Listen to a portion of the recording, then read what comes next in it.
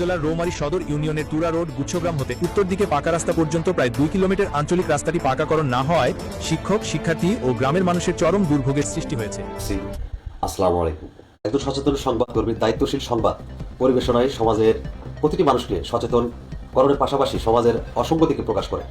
এই সংবাদকে সমাজের দর্পণ বলা হয়, যাতে সমাজ ব্যবস্থা উপকৃত হয়। স্বাধীনতার 51 বছর অতিবাহিত হলেও ইউনিয়ন পরিষদের কেউ রাস্তা নির্মাণ কিংবা সংস্কারের জন্য কাজ করেনি।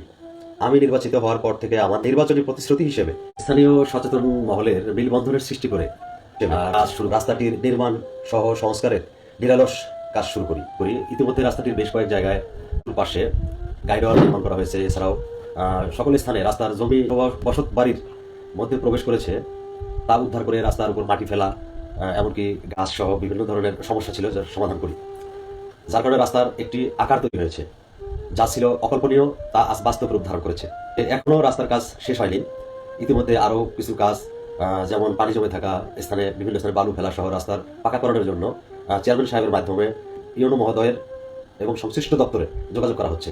তথাপিও প্রকাশিত সংবাদে উক্ত রাস্তার এখনকার পরিস্থিতির বিষয়ে উল্লেখ করা হলেও বর্তমান পরিস্থিতি তৈরির নেপথ্যে থাকা পরিশ্রম ও কারিগরের বিষয়ে কোনো তথ্য উপস্থাপন করা হয়নি, যা অত্যন্ত দুঃখজনক। বর্ষা মৌসুমে ছাত্রছাত্রীদের বিদ্যালয়ে ও রোগীদের হাসপাতালে আসা যাওয়ায় কষ্টের শেষ থাকে না।